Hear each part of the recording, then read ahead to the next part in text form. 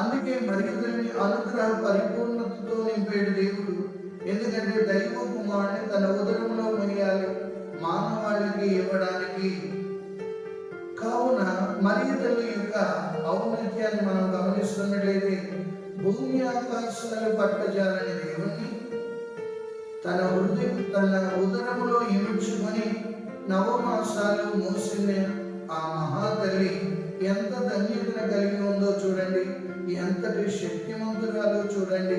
ప్రభునందు మిక్కిలి ప్రియులారా, అందుకే మరి ఇతని శక్తిగల కన్యక అని పొగుడుతుంటాము.